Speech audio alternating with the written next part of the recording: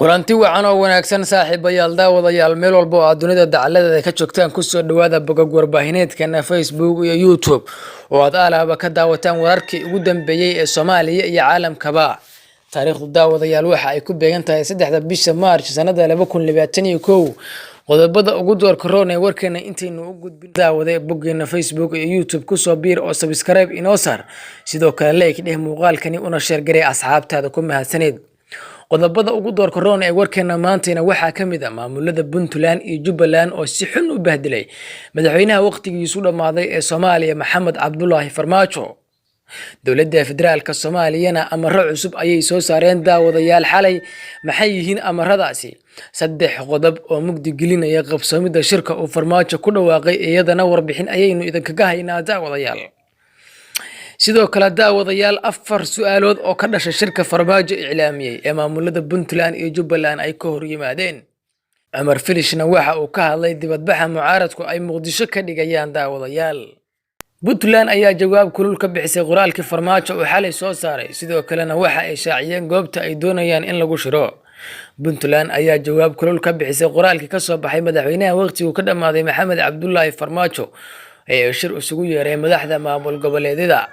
Puntland ayaa qoraal ay caawa soo saartay ku tiri dowladda Puntland ee Soomaaliyeed waxay walaac ka muujinaysaa in madaxweynaha muddaxileedkiisu dhamaaday mudane Maxamed Cabdullaahi Farmaajo uu markasta soo saarayo qoraallo qaadayana tillaabooyin carqaladeynaya dadaalada xalka loogu raadinayo caqabadaha hortaagan geedi socodka qabsoomida doorashada baarlamaanka iyo madaxweynaha ee dowladda federaalka Soomaaliya. Puntland ayaa taa beddelkeeda sheegtay inay taageerayso dadaalada ay wadaan ra'iisul wasaaraha xilka sii haya iyo midowga musharaxiinta. dowladda Puntland waxay u aragtaa dadaalada ay wadaan ra'iisul wasaare Roble iyo midowga musharaxiintu kuwa ugu galxaaraya jawi ay ku qabsoomi karaan shirar looga hadlayo qabsoomida doorasho loo dhan yahay oo heshiis lagu yahay ayaa lagu yiri qoraalka. Puntland waxay kale oo sheegtay inay markasta diyaar u tahay ka qaybgalka shirarka xalka loogu raadinayo qabsoomida doorasho heshiis lagu yahay oo ku qotonta heshiiskii 17 Sebtembar. dowladda Puntland waxay soo jeedinaysaa in shirar ka dhacaan garoonka diyaaradaha magaalada Muqdisho, waxayna ka filaysaa xafiiska qaramada midoobay iyo AMISOM inay diyaariyaan goobta iyo amniga shirka. dowladda Puntland waxay wakiilada caalamiga ah uga mahadcelinaysaa dadaalada joogtada ah ay la garab taagan yihiin dowladda iyo shacabka Soomaaliyeed ayaa lagu yiri qoraalka. sidoo kale daawadayaal in maamulka Jubbaland ayaa iyaguna war ka soo saaray qoraalkii ka soo baxay madaxweynaha waqtigiisu dhamaaday ee lagu iclaamiyay shirka. madaxweynaha Jubbaland Axmed Maxamed Islaan Axmed Madoobe ayaa qoraal kooban oo ka bixiyay bartiisa Twitterka waxa uu ku shaaciyay mowqifkiisa ku aadan shir kale oo madaxda dowladda federaalka iyo dowlad goboleedyadu ay isugu yimaadaan, wuxuuna ku xiray 2 sharuudood.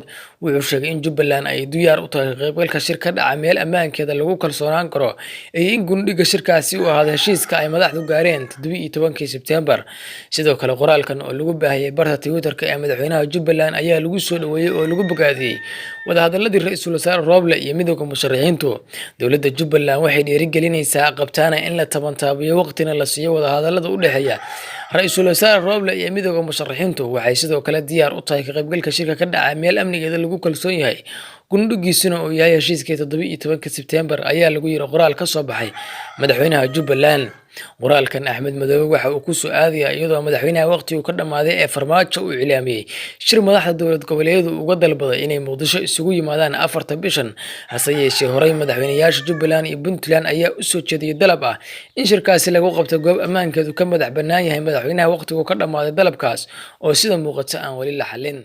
dhanka kale daawadayaal dowladda federaalka Soomaaliya ayaa waxa ay soo saareen amaro culus oo la xiriira COVID-19, waxa ayna joojiyeen waxyaabo badan. xukuumadda xilgaarsiinta ayaa soo saartay amaro la xiriira cudurka coronavirus, waxaana hakad galay muddo 2 toddobaad goobaha waxbarashada dalka sida jaamacadaha iyo iskuulka. wasiirka warfaafinta Cismaan Abuukar Dube oo ka hadlay warbaahinta dowladda ayaa sheegay in xukuumaddu go'aamisay in wixii Arbacada bari ka dambeeya la dhimi doono si socodka caasimadaha iyo gobolada dalka. sidoo kale waxaa ku jira go'aanadan cusub in la fasaxay dhammaan shaqaalaha dowladda, kuwaas oo wasiirku sheegay in xaafadahooda ay ka soo shaqeyn doonaan. sidoo kale wasiir Dube waxa uu sheegay in muddo 30 cisho ah la mamnuucay xafladaha aroosyada iyo goobaha caweyska ee dadku badan ay isugu yimaadaan. gaadiidleyda ayaa lagula dardaaramay inay shaqeystaan laakiin aad u feejignaadaan isla markaana dhowraan nadaafadda. sidoo kale guud ahaan dadka waxaa waajib looga dhigay inay xirtaan afka oo farxalka joogteeyaan. dhanka kale daawadayaal saddex qodob oo mugdi gelinaya ayaan idiin soo gudbin doonaa qaabsoomida shirka uu Farmaajo ku dhawaaqay madaxweynaha waqtiga uu ka dhamaaday ee Soomaaliya Maxamed Cabdullaahi Farmaajo ayaa talaadadii markii saddexaad mudeeyay shir isaga iyo madaxda dowlad goboleedyadu isugu yimaadaan oo ka dhacay Muqdisho. Shirkan sida qorshuhu yahay dhacaya Khamiista ayaa lagu wadaa in lagu saxiixo heshiis guddiga farsamo ee Baydhabo ka soo saaray Febraayo 16 hase yeeshee waxaa jira afar qodob oo mugdi gelinaya qaabsoomida shirkaasi oo kala ah.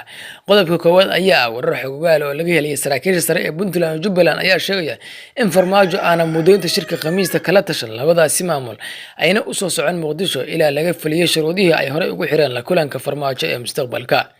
qodobka labaad ayaa shirkan inuu Farmaajo ku baaqay waxa uu ka hor imaanaya qorshe ay beesha caalamku wadi oo ah in lagu qabto xalanaya taasoo ay dhinacyadu ku qanacsan yihiin sidoo kale la rumaysan yahay inay doonayaan Puntland iyo Jubbaland qoraalka ay beesha caalamku maanta soo saartay marnaba kuma xusin beesha caalamku shirkani taas oo ka duwan sidii ay hore u sameyn jirtay waxayna ka gaabsatay kaliya in kulan la isugu yimaado.